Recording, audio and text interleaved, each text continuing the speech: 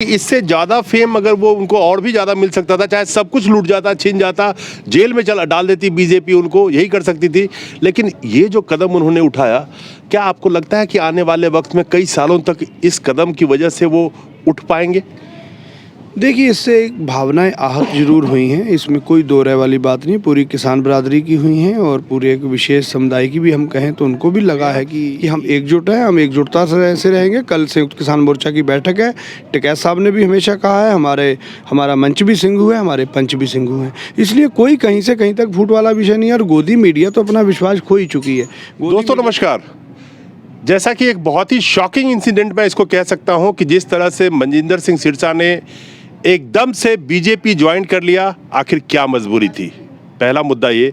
दूसरा मुद्दा ये है कि जब संसद में सरकार से सवाल पूछा जाता है कि कितने किसानों की प्राणों की आहुति उन्होंने ले ली या किसानों की जान चली गई इस किसान आंदोलन के दरमियान, जब उनके पास कोई डेटा ही नहीं है या सरकार उस डेटा से बचना चाहती है, तो क्या किसानों का ये मांग कि उनको मुआवजा दिया जाए जिन किसानों की जान गई इस किसान आंदोलन के तहत?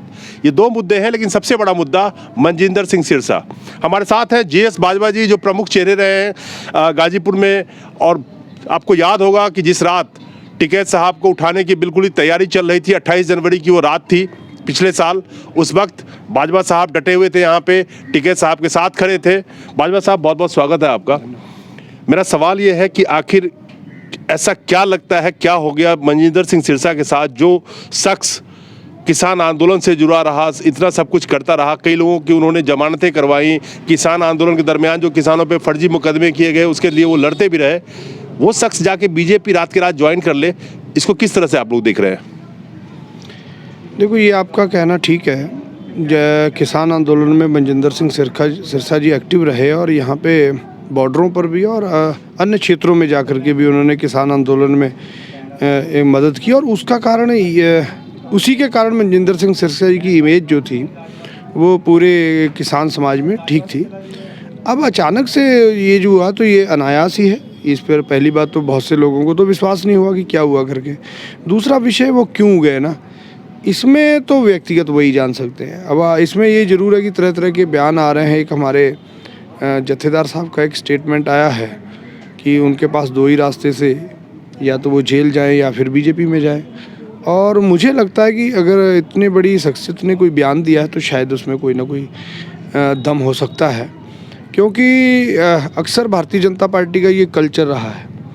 इन्होंने दो ही ऑप्शन दिए हमेशा ही, और बहुत से लोगों को भारतीय जनता पार्टी में शामिल इसी बेस पे करवाया कि या तो आपको ईडी और अन्य अन्य जो इनके उपक्रम हैं उनको यूज किया है, और शायद इसमें भी कोई ऐसा विषय हो। बाकी तो सिरसा साहब भी बता सकते हैं। कुल मिला के ये जो घटनाक्रम है ये थोड़ा सबको हजम नहीं हुआ किसान से। आपने एक बात कही है कि, और जो स्टेटमेंट आ रहे हैं शिरोमणि अकाली दल के बहुत सारे प्रवक्ता का यही स्टेटमेंट आया है।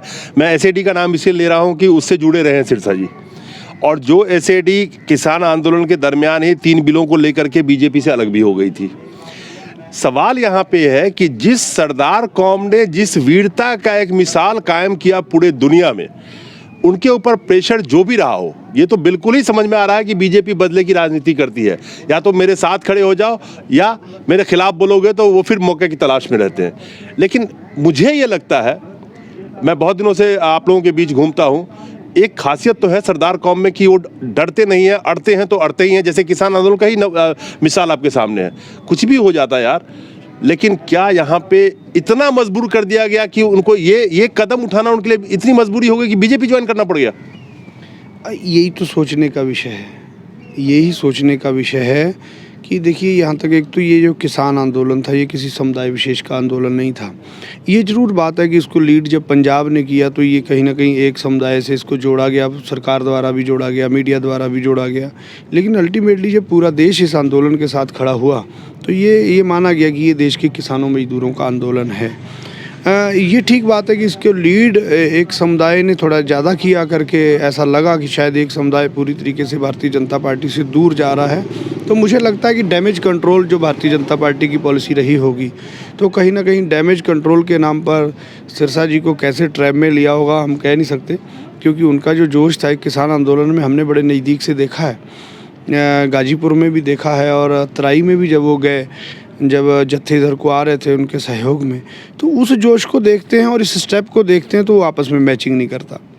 इसी वजह से कहीं ना कहीं ये अंदाज़ा लगाया जाता है कि कोई ना कोई उनको उनके सामने ऐसी मजबूरी ज़रूर पैदा की गई होगी कि जो उनको ये कदम उठाने पर मजबूर किया गया। क्योंकि देखो, उनके पास एक बहुत महत्वपूर्ण पद था। ऐसा भी नहीं है कि उनको किसी ऐसी चीज़ की ज़रूरत थी कि उनको जाकर के तुरंत कुछ मिलने वाली थी, और ऐसा भी नहीं था कि वो ऐसे व्यक्ति थे कि उनको चाहिए था ऐसा फेम भी उनके पास था, बाकी सारी चीज़ें थी।